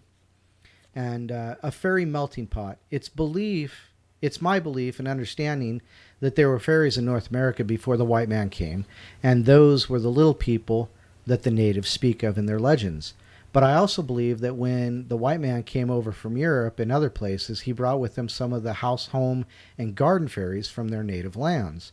Yeah. Some of these fairies that were brought over to North America from elsewhere could have included the Scottish brownies, the pixies, the gnomes, and many more.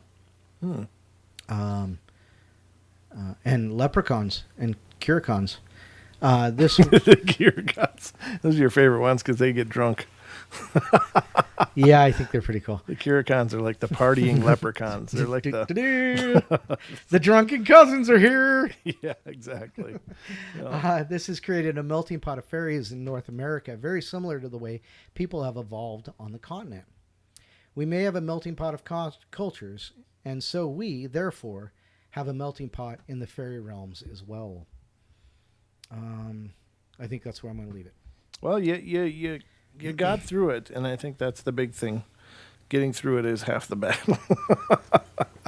So I'm not gonna let you know what was going on in chat, but I think you might want to watch the replay. No, it was good.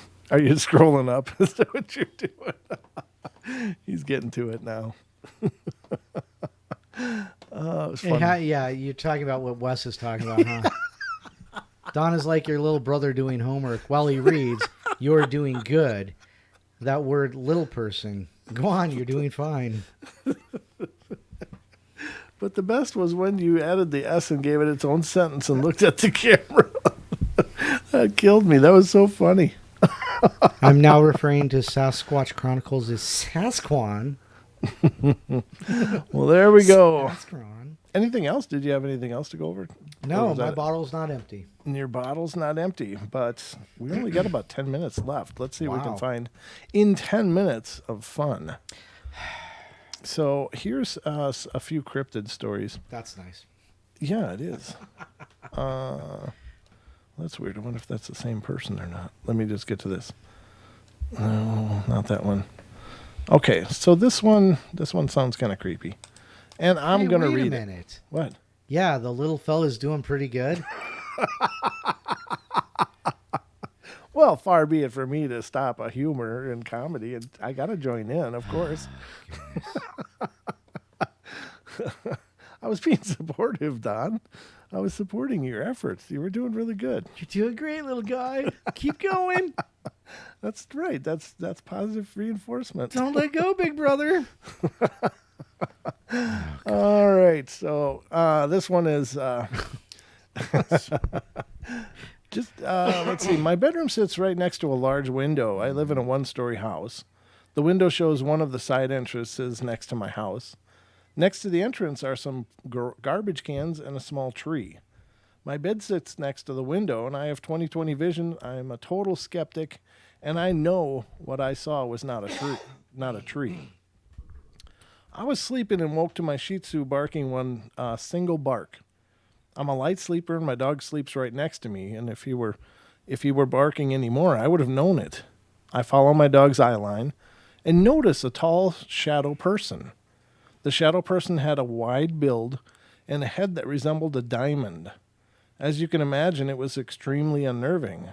Well, I stared at the figure for about 5 minutes until I began to text a friend about it. While texting my friend, the shadow person stood still, staring. It says staring. Are you sure? Yeah, it does. Staring at me. It wasn't until I shut off my phone that the shadow person disappeared. My dog stopped looking out the window and put his head down. I live in an area of Southern California where the Chumash Indian tribe used to reside. I don't know much about their culture, but maybe that shadow person could be associated with the Chumash. Also wanted to mention that my dog is very receptive when it comes to noise. Shih Tzus were bred in China and Nepal to alert the Buddhist monks when unknown visitors were approaching. It's just a shadow person kind of thing, though. I don't think... I mean, it's an occurrence, but it doesn't sound like anything horrible happened after that. So they saw something, and it was a one-off kind of deal. So nothing too extraordinary there. I mean, not that, I guess seeing a shadow person is extraordinary and is not by any means a small feat, but let's see what this one is. I'm not talking to anybody in the chat tonight. I'm done. All of them. Just remember, Don, we all love you. Escas ondi. Sound it out. You're still reading the chat. Yeah, that's why I'm pissed. I'm like, what? Nobody loves me. Everybody loves you, Don. Uh-huh. Like their little brother. Well, of course. Yeah. Weirdness says Don's absorbed in reading the chat now. I know. He can't hear you in front. I know. That's actually right. Yeah, he's probably not sure what I just read on the last story at all. But I'm kind of used to that. So. I am typically a very sensible person who will try to... It wasn't the tree or the trash cans, damn it. I am typically a very sensible person who will try to explain things with logic or link it back to science in some sort of way. Mm-hmm. But when I was about 10, I had a really weird experience I still can't figure out. I was sleeping and had woken up. My bed was positioned so that the foot of it pointed directly to my window, which looked over another lower section of the house with a flat roof and chimney. It was about 3 or 4 feet down, and I looked directly out my window and saw red eyes and some sort of dark hunched finger. A dark hunched finger. I was terrified and just remained quiet. The figure then tapped on the window with what looked like either a wing or a very large hand. Well, I screamed as loud as I could and woke up the whole house. My parents tried to tell me it must have been an owl, but owls don't have glowing eyes, and even when they reflect light, they don't flow red. Flow red, okay. And we also lived in the country with trees around, so what could it have reflected off of? It was also not like sleep paralysis because I could move when I was awake, and I didn't feel what? I didn't feel Dook, D-O-O-K. I don't even know what the hell that means. Or dark. Oh, I dark. don't feel dark or terror. Oh, okay. Dark or terror until I noticed the thing out the window and it freaking tapped on it. Still the oddest experience I've ever had. I wouldn't even sleep by the windows that were open until I was about 26. So that's quite a scar. Yeah, I mean, that would be creepy. That would be horribly creepy if something's tapping on your window. I keep thinking of that. Remember that movie Salem's Lot? Did you ever see that? Yeah, the Stephen King. Oh, yeah, that was horrible. Yeah. I saw that when I was a kid. I have chickens that tap on my windows. Do you really? Yeah, seriously. They'll come to the back door and go, okay, well, you got any bugs in there? hey, buddy, forgot something, didn't you? Yeah, I forgot to put you in the pot. Oh, yeah. Get in here, enchilada.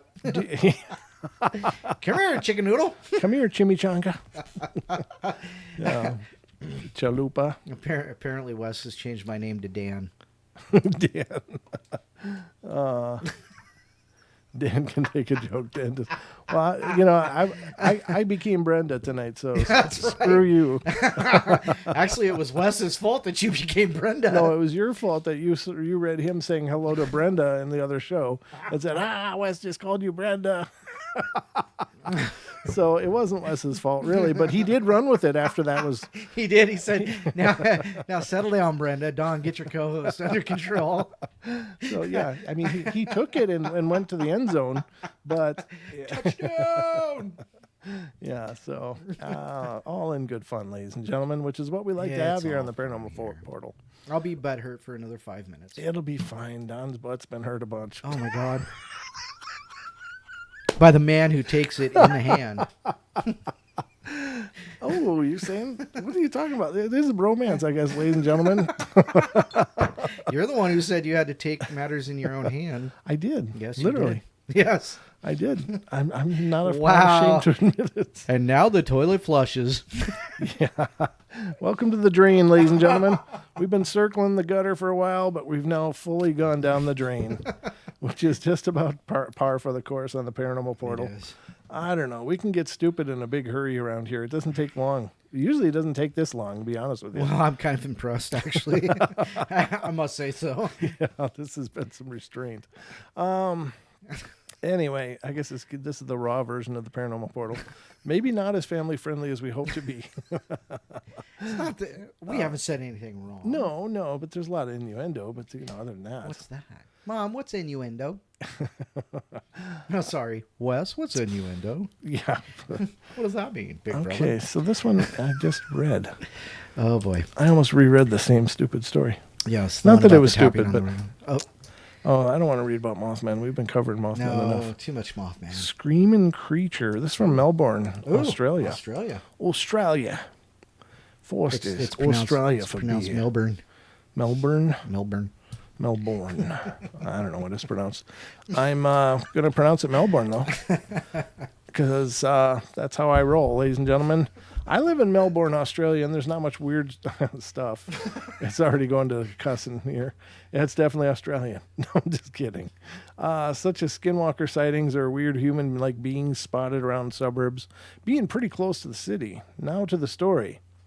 This event occurred about a year ago, sometime in August. My friend and I went for a walk around the streets at about 9, and we were bored as we waited for our other mate to finish work, which was usually around 10. So being stupid, curious teenagers, we found ourselves in a completely empty street, and there were houses but no cars passing through the area, and right across from us was a fenced-off area filled with lots of trees and bushes.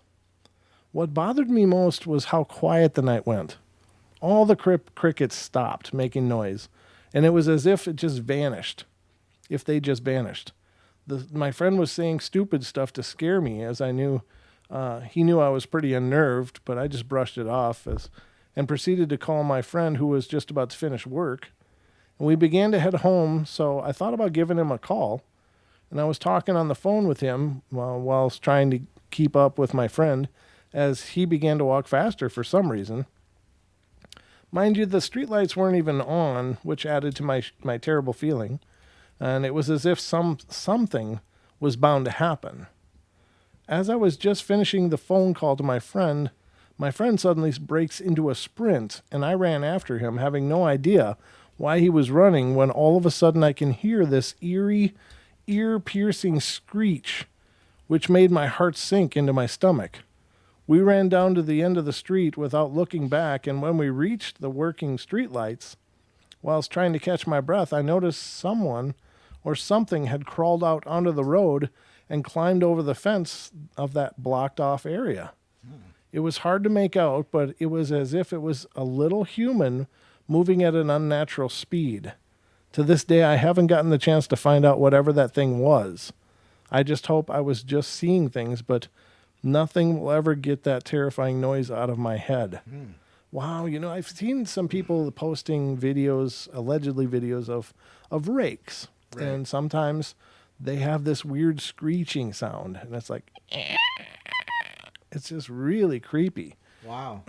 And, when I'm reading this story, he said it looks like a human very fast. It just kind of pulls that whole rake thing to my head. What was the story that we read the other day? Calvin's?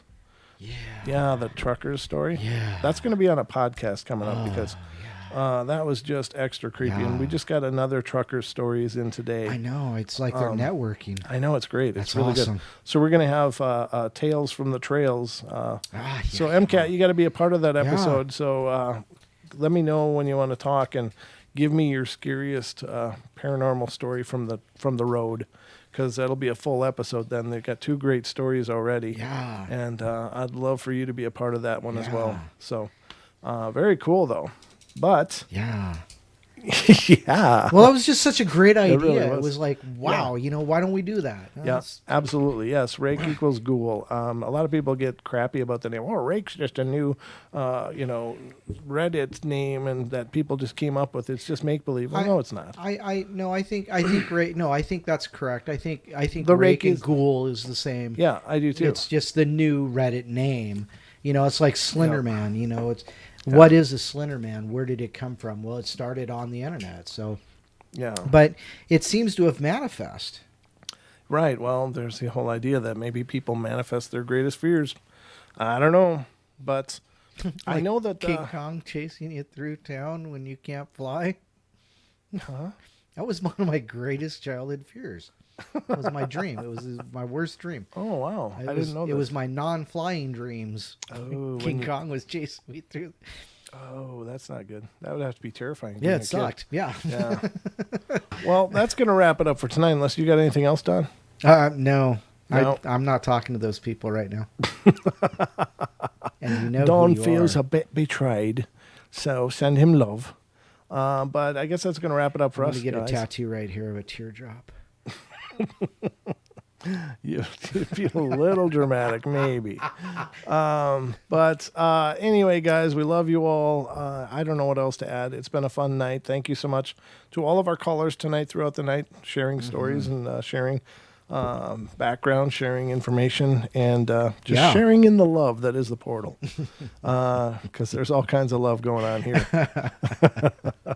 So anyway, guys, that's going to wrap it up for us. So I hope you guys enjoyed the show. Thanks so much for being here, everybody.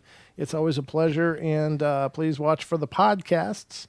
That's right. You got that podcast coming up. You're the bonus podcast. Yeah, we're going to have actually a bonus podcast coming out this weekend, and it's I'm not going to let anything out about it. It's I just hope that people will check it out. But definitely check out our podcast on Friday. We're going to start the recent episode that we did with Amy Bew. Mm-hmm. We've made that into a podcast because it was such a great conversation. And I want to introduce our podcast listeners to Amy because she's just a fun, wonderful person.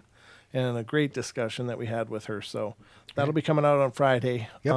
And one was released today, which was Growing Up Haunted. Oh, yeah. Growing Susie Up in Haunted Boston. with Susie from Boston called in, and she and I recorded a podcast. Great Yeah, it was discussion. awesome. She's just a really neat person, and I really appreciate that she shared her stories with us on the show as well. So lots of great things going on with the shows, guys. So definitely. There's a new name, Tom Badhammer. He says, I like the podcast. I listen to him while I'm on the treadmill at the gym. Thanks for very those. cool. That's awesome. Thanks, Tom. Yeah, It's see? great to meet you, We too, can brother. be motivating. We can Motivating. be motivating. Good, Don, good. Bottle is now empty. It probably needs to be. But, great show. Thank you, Weird Desk. We hope you will call in at some point with that Yes. that whole Skinwalker Ranch stuff. Yes. You got some kind I of don't- scoop, and we I want to don't- get it. And I'm not reading stories anymore, so don't send me links. Don't send Don links unless they're sausage. Unless Boom. they're Jack Thank links. you. All right. Thank you, guys. We love you all. Be good, be kind, be nice. Take care of each other. Help each other out. Find the magic in every day, and remember to laugh as much as you can. And we'll be back. I'll be back tomorrow with the bedtime stories. And then Friday night, of course, we'll have a full 2-hour show. No idea what I'm going to do yet. Or do I? I don't know. You'll have to tune in and find out. And then Don will be returning on Saturday night, and we're going to go at it again. So Awesome. that's it, ladies and gentlemen. That's the show. That's a wrap. Love you bunches. Thank you much. And Goodbye. good night.